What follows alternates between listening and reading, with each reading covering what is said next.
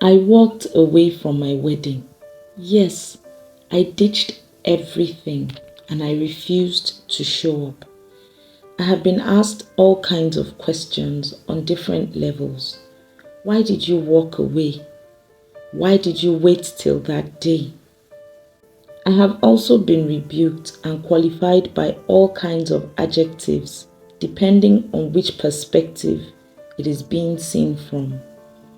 I just want to tell my own version of the story. My name is Janelle.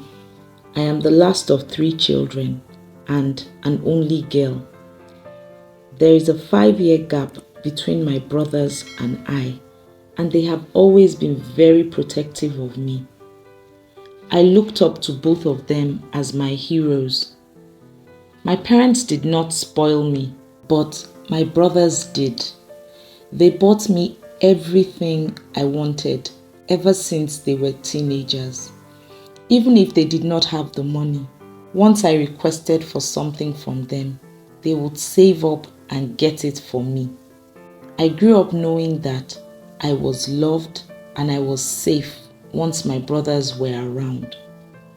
One of the areas in which my brothers were extra protective was when it came to boys. As I grew into my teen age, they watched over me with a hawk's eye. I know I am very pretty, just like my paternal grandmother. Tall, dark-skinned, and slim. Not skinny, just slim. And everyone tells me, even till now, what a beautiful smile I have. As a teenager, my brothers scold me well in the ways of men and their antics, so that I would not fall prey to any of their tricks. And they vetted every guy who tried to get close. In fact, they first of all forbade me from getting into any relationship before my second year of university. And then it seemed like no one I brought was good enough. It's not that I was desperate or eager to get into a relationship. It's just that I had so much interest that there was always someone on my case, sometimes more than one at a time. I introduced 4 guys to my brothers in my second year, and they rejected all of them. I started to feel like their standards were too high and that no one would ever meet their approval. And that was why when I met Andrew at the beginning of my 3rd year, I did not introduce him immediately. Andrew was drop dead handsome. We met at a classmate's birthday get-together. Even before he spoke to me, I noticed him immediately he walked into the room. Not only was he good looking, he was well groomed. His perfume was strong and it filled the room.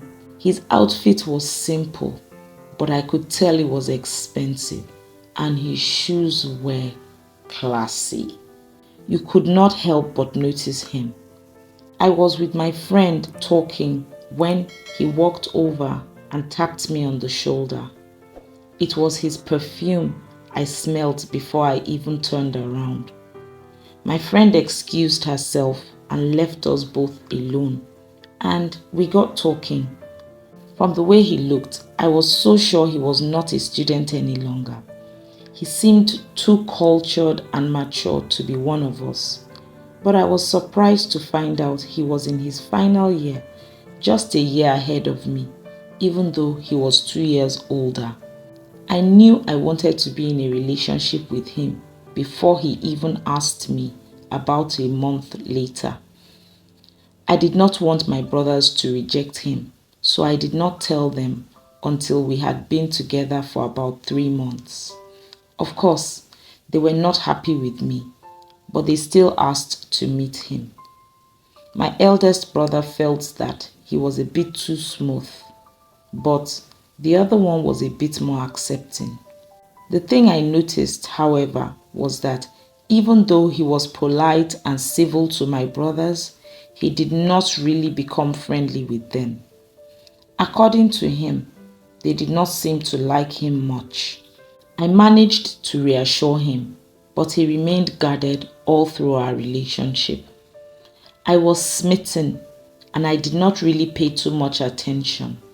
Andrew was the first real boyfriend I had, and he was the only one. He was also very protective of me, almost to the point of jealousy. The first time he slapped me was after he had graduated and he came to visit me. He met me with one of my male classmates. When the guy left and we were alone, he got upset and started to call me all kinds of unprintable names, and then he slapped me and left in anger. I was stunned and hurt. He came back a few days later and apologized, but said it was because he was worried about the guy's intentions and that I seemed too naive to notice. We resolved it and moved on from there. We dated for about 4 years in total. In the course of our courtship, I lost count of how often he slapped me or called me names. I was too ashamed to tell my brothers or anyone because I felt I had let them down, so I pretended all was well.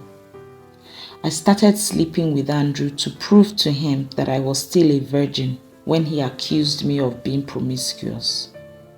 I went against everything my brothers taught me and the values my parents instilled in me because of him, but in public, I put up appearances. He came from a wealthy family, and his dad got him a very good job in his friend's bank right after his service. He wanted us to get married during my youth service year, but my parents insisted I get a job first, and I got a job in the HR department of a telecoms company before we started planning our wedding. My mother suspected at some point that all was not well because she said I did not seem as excited as I should be about the wedding. But I deflected the matter and all the plans went on. On the day of the wedding, I was in a hotel with my friends and the realization overwhelmed me that morning that I would have to endure this for the rest of my life. I knew I could not live with it. It was barely an hour before the church service was meant to start that I called my brothers to come to the hotel, and I told them what I had been going through. The older one is more emotional, and he was weeping like a baby. When Andrew started calling from the church to find out why I was late, it was the younger of my brothers who picked the phone and told him I would not be coming and that he should not show his face around me ever again if he valued his life. That was how everything crumbled. I felt so bad that I wasted everyone's time and money. And even though my parents tried to reassure me that they were not angry and it was better I spoke up later than never, it took me a long time to forgive myself. In the last 5 years, I have dealt with shame, guilt, and trauma. Apart from work, I did not go anywhere for almost a year. It took a lot for me to continue showing up at my office because everyone there came for the wedding that never held. I felt guilty that I went against my Christian values and slept with Andrew. I stopped going to church because I even lied during our counseling sessions. And I have not been able to re-enter the dating scene because I am too scared of making another mistake. I am 29 now, and my family has really tried in helping me get back on track emotionally and psychologically. I am gradually picking up the pieces, and I hope I can get back to the place of being able to trust someone without judging them through the lenses of my experience with Andrew. Any words for Janelle? Please share in the comments below. Remember to subscribe to my channel and to turn on the notification bell so you don't miss any of my videos.